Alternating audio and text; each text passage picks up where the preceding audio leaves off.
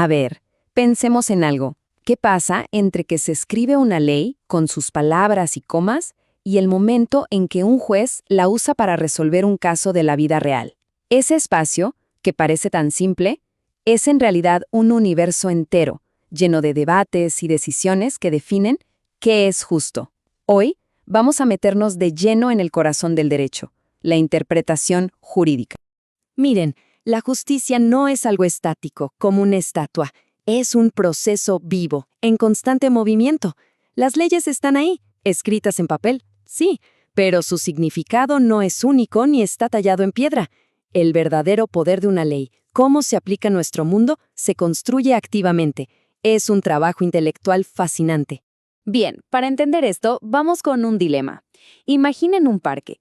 Hay un letrero enorme y clarísimo. No se permiten vehículos. Parece fácil, ¿no? Pero ¿qué pasa si una ambulancia tiene que entrar a toda velocidad para salvarle la vida a alguien?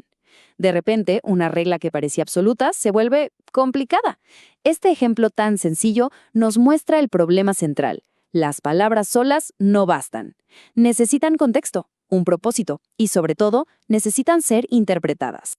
Y bueno, el dilema de la ambulancia no es solo una anécdota, es la razón por la que existe todo un campo del derecho que se dedica a esto, a descifrar qué quieren decir las normas. Porque si una regla tan simple nos causa problemas, imagínense las leyes que regulan temas mucho más complejos. Queda claro que no basta con leer la ley, hay que interpretarla para que la justicia de verdad funcione. Entonces, ¿qué es exactamente la interpretación jurídica? Aquí lo tenemos, en pocas palabras. Es ese puente, esa conexión indispensable entre el texto abstracto de la ley y la realidad de un caso específico. Es, digamos, el motor que convierte las palabras de un código en acciones con consecuencias reales, asegurando que una norma general se aplique de forma justa a una situación particular. Ahora, aquí la cosa se pone muy interesante. El jurista Riccardo Guastini nos dice que interpretar no es un solo acto, sino dos. Primero está la interpretación cognitiva. Es como si abriéramos un mapa y viéramos todas las rutas posibles, es decir, todos los significados que una norma podría tener. Un trabajo de identificación. Y luego viene la interpretación decisoria. Aquí es donde el juez elige una de esas rutas, dice, esta es la correcta para este caso y la aplica. Es un acto de voluntad, de decisión. Uno no puede existir sin el otro.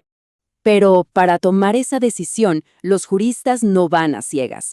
Durante siglos han desarrollado una especie de caja de herramientas para analizar las leyes de una forma ordenada.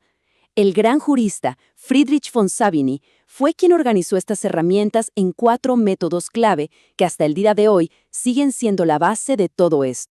El punto de partida siempre es el texto. El método gramatical se enfoca en las palabras exactas.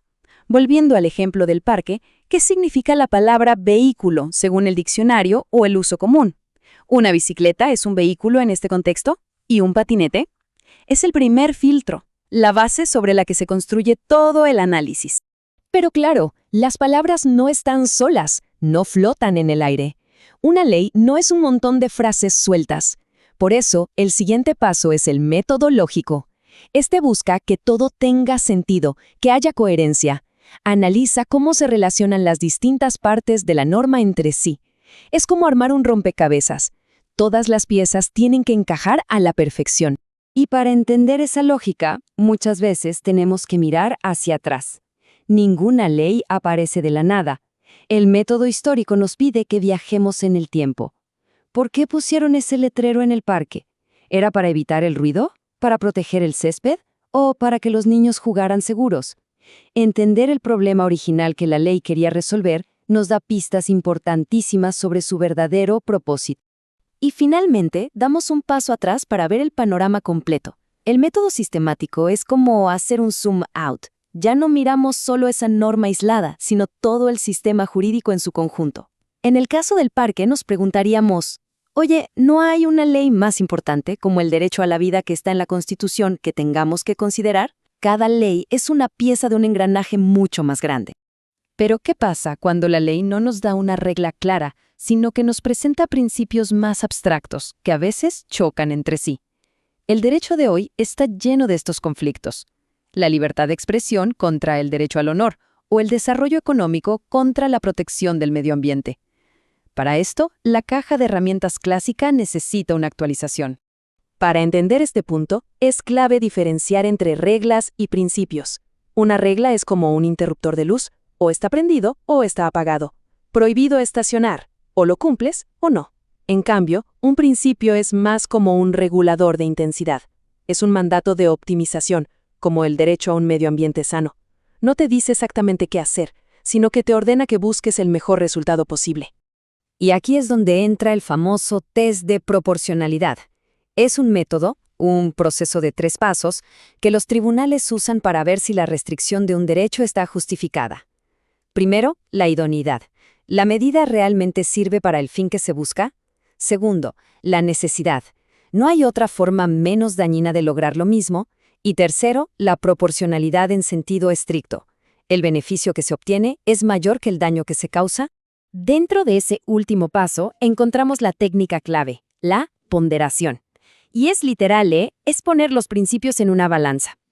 La idea no es decir que un principio es más importante que otro para siempre. No, se trata de ver, para este caso en particular con sus circunstancias únicas, cuál de los dos pesa más. No se elimina un principio, sino que se decide cuál debe ceder un poco frente al otro en esa situación específica. Miren, aquí tenemos un ejemplo real de la Corte Constitucional de Ecuador.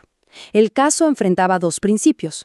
Por un lado, el derecho de las personas con discapacidad a importar vehículos especiales sin impuestos. Por el otro, la protección del medio ambiente y de los consumidores. La Corte se preguntó, si prohibimos la importación, ¿qué tanto afectamos el derecho a la movilidad de estas personas? Muchísimo fue la respuesta. Y si la permitimos, ¿qué tanto ayudamos al medio ambiente? Pues de forma media o baja. Al final, el principio A pesó más en este caso concreto y se permitió la importación. Bueno, todo este proceso, desde los métodos más clásicos hasta esta ponderación, nos lleva de cabeza a una de las preguntas filosóficas más importantes del derecho. Una pregunta que ha dividido a los expertos durante siglos. ¿Qué es lo que realmente hace un juez? Piénsenlo bien. El juez es como un arqueólogo que busca y desentierra un significado que ya estaba ahí, escondido en el texto de la ley, o es más bien como un escultor que toma la ley como un bloque de mármol y con sus herramientas de interpretación y sus propios valores crea algo nuevo, una norma específica para ese caso que antes no existía. Y aquí es donde la discusión se pone realmente buena. Escuchen esta crítica de Juan Antonio García Amado. Nos advierte que estas herramientas como la ponderación, que usan números y fórmulas, pueden darnos una falsa sensación de que son superobjetivas, casi científicas. Pero, ¿y si en realidad solo están disfrazando las opiniones, la ideología y las decisiones que el juez ya había tomado de antemano? ¿Y si toda esa matemática es solo una forma elegante de justificar una decisión que ya se tomó por otras razones? Y entonces, si nos quedamos con una idea clave, que sea esta. La interpretación jurídica no tiene nada de mecánico. No es como meter datos en una computadora y que salga un resultado. Es el elemento humano, dinámico, a veces polémico, que le da vida a los textos legales. Es lo que permite que leyes escritas hace 100 años sigan funcionando en un mundo que cambia todos los días. Y esto, por supuesto, nos afecta a todos. No es un debate abstracto para juristas en una torre de marfil. La manera en que se interpreta la Constitución, una ley laboral o un reglamento de tránsito define los límites de nuestra libertad, el alcance de nuestros derechos y, al final del día, el tipo de sociedad en la que vivimos. Así que cerramos con esta pregunta en el aire. ¿Interpretar la ley es una ciencia, con métodos rigurosos que llevan a una única respuesta correcta? ¿O es más bien un arte, que necesita prudencia, creatividad y una profunda sensibilidad humana? Quizás la respuesta es que es ambas cosas. Una tensión constante entre la lógica y la creatividad. Y es justo en esa tensión donde late el verdadero corazón de la justicia.